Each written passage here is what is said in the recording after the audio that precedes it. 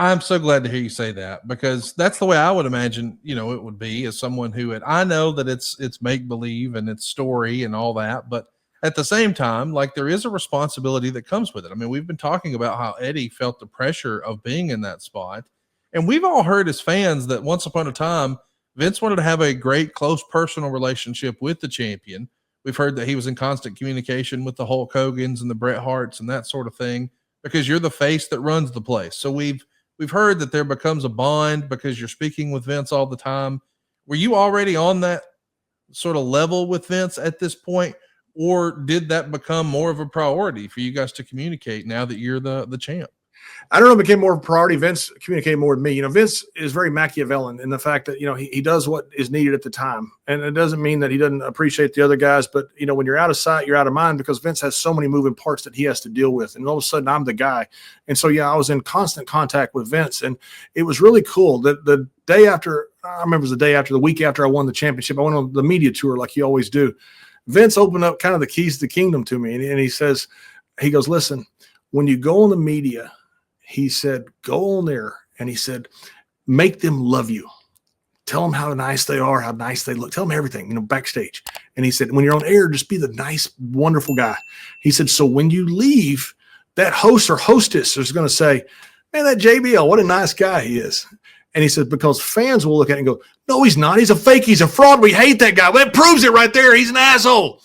And so Vince was telling me how to work the normal media, which that keys to the kingdom didn't come until I got the championship, and so after I get that, and all of a sudden now I'm his guy, at least for SmackDown, Vince started opening up in ways I'm sitting there going, this is why this guy's so successful. What a freaking genius. He came up with so much great stuff. I remember I was in Canada one time, and he goes, what do you have in mind? It's so easy to bash Canada from the United States because the rivalry, it's like Texas, Oklahoma, or Michigan, Ohio State. There's a rivalry there. And I had all this stuff I was going to say about him. He goes, no, tell him you love him. I said, okay. So I went out there and I said, I just want you to know I'm here in Canada and I love you. Everybody's like, screw you, you mean liar. And I'm like, oh my God, this guy's great. So yeah, once that happened, it was a different level of communication with Vince. I always had a good one before. I think almost anybody does with Vince. He's a very personable and affable guy, a very approachable guy to anybody. He doesn't care who you are. To anybody, he's very approachable. But after that, it was a different level. We heard about post-match after the bloodbath at Judgment Day. Here after the Great American Bash, it's your turn to bleed. What's happening post-match with you and Eddie and Vince? I know you're the champ. It was a little switcheroo with Kurt Angle making the announcement. What's the reaction immediately after for you and Eddie and Vince? Well, Vince wasn't there. He had emergency surgery, I think the day before or the day, something like that, the weekend of. So he called me and this, I think a funny story. You'll be the judge. And he says, Big John, I goes, first pay-per-view I had made. He goes, I'm really proud of you. You're going to be a great champion. By the way, the New York Post called you a Nazi. Oh my God. Oh my God. Yeah. He couldn't get over that ribbing me. So Vince wasn't actually there, but what happened was, Eddie had busted me with the cowbell, and the scar I've got here on my head was a juice mark, but also the cowbell. And Eddie had busted me trying to open me up, and it busted me open pretty good. So I go backstage, and Undertaker's coming back from the ring, and he's telling some match, and I'm getting sewed up by the doctor, and I'm laying there on the bed and the table in the dressing room, and the doctor's sewing me up, and Undertaker's telling some story like only Undertaker can do. And the doctor is sitting there, and like I'm here, and the doctor's sitting there just sewing me up like this, looking at Undertaker. He can't believe this story. And I'm sitting there going, dude, you're ruining my head. And so when I got done, the stitch marks actually had like an open loop in them. And Larry Hack told me that's the worst stitch job I've ever seen. So I've got this scar down my head, right there. You can barely see it because of light, but pretty good scar because Undertaker told a great story in the dressing room. The doctor was more interested in that than sewing me up. There's one more big time match you're going to have with Eddie Guerrero. It's the main event on SmackDown, July 13th in Providence. It's a cage match, and it was said to be really good, even better than the Los Angeles match, according to the Observer. There was a big splash off the top of the cage from Eddie Guerrero, a snooker splash, if you will. You kick out, and eventually both of you are fighting at the top of the cage, and here comes El Gran Luchador. He's going to run in, hold Guerrero, and allow you to jump down to the floor. And, of course, eventually when he unmasks, we realize that El Gran Luchador is actually Kurt Angle, and that's what is going to be next for Eddie Guerrero. Another renewed feud with Kurt Angle. This is the third and I guess the last big-time televised match you had against Eddie. I know you won the title in the middle with your bloodbath. You had the cage match on SmackDown, and then that crazy bloodbath at Judgment Day. Do you have a favorite of the three? Yeah, I like the cage match. I thought we did a great job with it. I thought we did some stuff that was a little bit unexpected. You know, I saw the notes you sent me about the newsletter. It said that Eddie gave me the Russian leg sweep off the top rope. And Eddie had all these moves. I actually gave that to him, and it occurred on the fly. We're both on top rope, and it's a Russian leg sweep. I never even thought about it before. And I thought we did some pretty good stuff in the cage match. I was really happy with it. I wanted, and I never wanted to beat Eddie, ever. I mean, me as a heel, the only thing that mattered is if I would retain the championship. I wanted Eddie to have me beating everything. It's the same way I did with Undertaker, with Booker T. I never wanted to beat anybody, because if I brag about beating somebody and I beat them, I'm not a heel. I'm a badass. And I never wanted to be a badass. I wanted to be a heel. So I wanted Eddie to have the match, the big moment off the top of the cage, the interference and stuff. And all of a sudden I survived with the title. And I can say, I just beat Eddie Guerrero. You saw me do it. I beat him right in the middle of the ring, which I didn't do. We were on our way, I think, to Australia or somewhere right after that. We were going on an international tour. So that was our last night. But the day of, Eddie says he's going to do this frog splash off the top, which, by the way, Eddie had broke his arm, if you remember, on his debut match in WWE with a frog splash. His brother Hector, who was a terrific gymnast also, told him, he goes, put your hands together when you land, it'll distribute the weight. So Eddie was a little worried to come off the top of the cage. He broke his arm off a frog splash off the top rope. So Eddie was a little bit worried about it. He had talked to Hector a lot about it, and Hector really helped him in how to distribute the weight when you come off the top. But they had a practice dummy in the ring. And Matt and Eddie in the middle of the day did it and missed it by about 3 feet. Eddie goes, I'm good. I go, I'm not. I said, you would have killed me. I said, Eddie, you would have killed me if you'd have done that. And Eddie goes, oh, I can do it live. I said, you just had a practice spot and you couldn't do it. I said, you're going to kill me. And he goes, no, Essie, don't worry.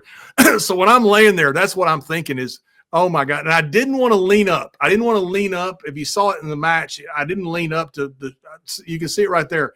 I didn't want to lean up. I wanted to take the frog splash laying there. And I knew how stiff it would be. And I was hoping Eddie would land it perfect. He couldn't within half an inch have hit it better than he hit it live. Now when he hit me, I lost all feeling on the left side of my body and I couldn't feel anything. I didn't know if I was hurt. You don't know if you're hurt or injured. And I'm thinking I'm hurt. I don't know if I'm injured. And I'm sitting there, I thought, oh my God, don't cover me. Because I couldn't kick out because I had no feeling. And it came back pretty quick. But I knew when he hit it, it was about as good as we could do. And I was really, really proud of that. Really proud of that for Eddie. You just glossed over the fact that you were laying there and couldn't move. Is that the only time that happened in your career? No. I had one other time in a match in San Diego. I got hit. Me and CM Punk hit heads. And all of a sudden I lost feeling in all of my body. And CM Punk was wonderful. I mean, Nick Patrick right away, go home. He's hurt or something. And I didn't want to go, and they did. There was a time in one of the pay-per-views. I don't know if it was Mania or not. I don't think it was. I was on the top rope, and I told Chris Benoit to give me the German off the top rope. So many guys had teased that in the cage match. You grab the cage and don't take it. I said, Chris, can you give that to me and not kill me? He said, I'll land you flat. I said, okay, trust you. He gave me the cage match and knocked me completely out. And in fact, Nick Patrick, I think, was the referee. And he goes, kid, do you know where you are? I said, nope. And he said, do you know the finish? I said, have no idea. And Nick, he's such a great referee. He sat there and called the whole thing to me and got me through the match. Wow. So yeah, it's happened a couple times. That was, in a moment like that, I'm sitting there worried about it because I thought if he covers me, I'm not going to be able to kick out. I had no feeling on the left side of my body. Silva, let's take that shot of Eddie standing on top of the cage again. John, what's going through your mind as you're looking up at that cage, knowing what you've seen happen with the tackle earlier in the day? Is that one of the scariest, most tense moments? Like when you're laying there, you see in the background, everybody's standing. Everybody is shocked at what they're about to see, but only one person is the dumb son of a bitch about to take it, and that's you. And when you're looking up there, what are you thinking? I felt like Morocco. Everybody talks about Snuka jumping off the cage. Nobody talks about Morocco being the landing pad. I felt like Morocco. I'm like, I'm going to die down here. I saw him miss by 3 feet, and he's a big guy. Eddie's, I don't know what it was, 240 pounds. Tried taking 240 pounds off 10 feet up in the air, just land on you. Just land on you. And think about the shock that is to your system. I mean, it sent electrical waves to me. I'm sitting there watching it. It's like kind of like the A-Team, the old reference, we accept death before our mission. I just accepted there's a really good chance I'm going to get hurt. I was convinced there was a high probability I was going to get hurt. And when Eddie hit it, I thought, oh my God, it's perfect. But seeing him come down, I mean, the whole arena almost blacked out because, he's a big guy. He's not 180 pounds. He's a big guy. And I'm sitting there going, oh no, oh no, oh no. I remember a few years later, Ray moved on a frog splash off the top of the cage from Eddie. And I asked Eddie, a couple years later, I'm bad with time. He passed away within a few years, and maybe in a year. Anyway, he's working with Ray, and Ray moved. And I said, Eddie, what's up with that? He goes, I didn't want to hurt him. I said, well, you didn't tell me to move. That's so great. By the way, this match exceeds all expectations. For whatever reason, it didn't air in the LA market. I think there was a dispute with the local affiliate. So it winds up drawing 5 million viewers, a 3.93 rating. 5 million people watch this taped cage match on SmackDown. It's a jump in males up 17%. So this narrative that JBL and Eddie Guerrero didn't draw or houses were down, the pay-per-view buy rates exceeded expectations because they came in with lowered expectations. And that is the key to life, by the way, managing expectations.